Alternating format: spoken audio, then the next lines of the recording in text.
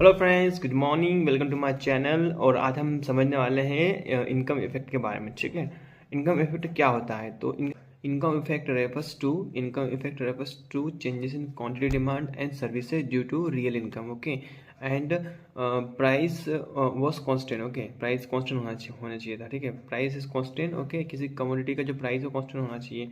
इसको बोलते हैं हम लोग इनकम इफेक्ट बोलते हैं। एग्जाम्पल समझते हैं हम। ठीक है, एग्जाम्पल समझते हैं हम लोग। कोई भी एग्जाम्पल लेते हैं कि एग्जाम्पल लेते हैं हम राइस का लेते हैं। ठीक है, कि एग्जाम्पल लेते हैं तो राइस का एग्जाम्पल इसलिए ले रहे हैं क्योंकि जनरली यूज़ होता है। तो देखते हैं कि हम राइस को, जब 1 kg राइस की प्राइस है 40 रुपीज़। ओके, और एक किसी इंसान की इनकम है 10,000 पर मंथ। ओके, किसी एक कंज्यूमर की इनकम कितनी 10,000 पर मंथ है। तो 10,000 पर मंथ में वो बंदा जो है वो 2 kg या 3 kg, मान लो कि 2 kg का राइस खरीदता है 1 मंथ में। ठीक है, 2 kg का खरीदता है और उसकी 10,000 इनकम पर वो 2 kg राइस खरीदता है 40 रुपीज़ पर के जी हिसाब से। ओके, समझ रहे हो, 40 रुपीज़ पर के जी हिसाब से वो 2 kg का राइस खरीदता है। ओके, इन केस अब उसकी इनकम बढ़ जाती है, उसकी सैलरी बढ़ जाती है, सैलरी उसकी हो गई 20,000 हो गई। ठीक है, लेकिन इस केस में जो राइस का प्राइस है, जो चावल के प्राइस है, वो क्या होना चाहिए? 40 रुपीज़ ही होना चाहिए, वो बढ़ना नहीं चाहिए। ठीक है, वरना इनकम इफेक्ट हमको मेजर नहीं कर पाएंगे। ठीक है, तो इनकम इफेक्ट हमारा जब भी मेजर कर सकते हैं हम, जो कमोडिटी की जो प्राइस है वो सेम रहे पहले जैसे ही। ठीक है, जब 10,000 इनकम थी उसकी, तभी कमोडिटी प्राइस 40 रुपीज़ पर के जी था।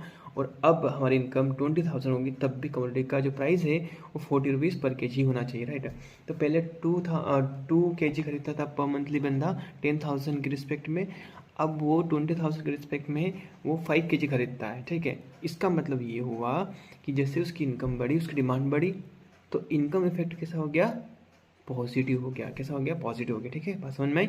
इनकम इफेक्ट कैसा? पॉजिटिव हो गया। अब उल्टा केस करते हैं इसका। उल्टा केस कैसा करते हैं कि जैसे ही हम देखेंगे हमारी कमोडिटी है, उसकी प्राइस तो सेम है 40 रुपीज़ पर के जी, लेकिन हमारी इनकम 10,000 थी हमारे पहले, 10,000 से 5,000 हो गई। राइट, अब हमारी सैलरी का डिक्रीमेंट हो गया सैलरी के अंदर। ठीक है, हमने कुछ गलत काम किया तो मान लो, तो डिक्रीमेंट की वजह से सैलरी कम हो गई हमारी। और सैलरी कम होने से हम पहले 2 kg राइस खरीदते थे 2 kg, अब हम खरीद रहे हैं सिर्फ खाली 1 kg खरीद रहे हैं। राइट, इसका मतलब हुआ कि हमारी जैसे हमारी रियल इनकम कम हुई है, उससे हमने कमोडिटी को कम खरीदना स्टार्ट कर दिया। इसका मतलब ये हुआ कि इनकम इफेक्ट अब नेगेटिव हो गया। क्या हो गया? नेगेटिव हो गया। ठीक है, तो आज के लिए इतना ही काफ़ी है। चैनल बने रहिएगा हमारे यूट्यूब चैनल पर, और कल फिर किसी नए टॉपिक पे बात करेंगे। जब तक के लिए thank you very much, have a nice day. Okay, have a good day, bye.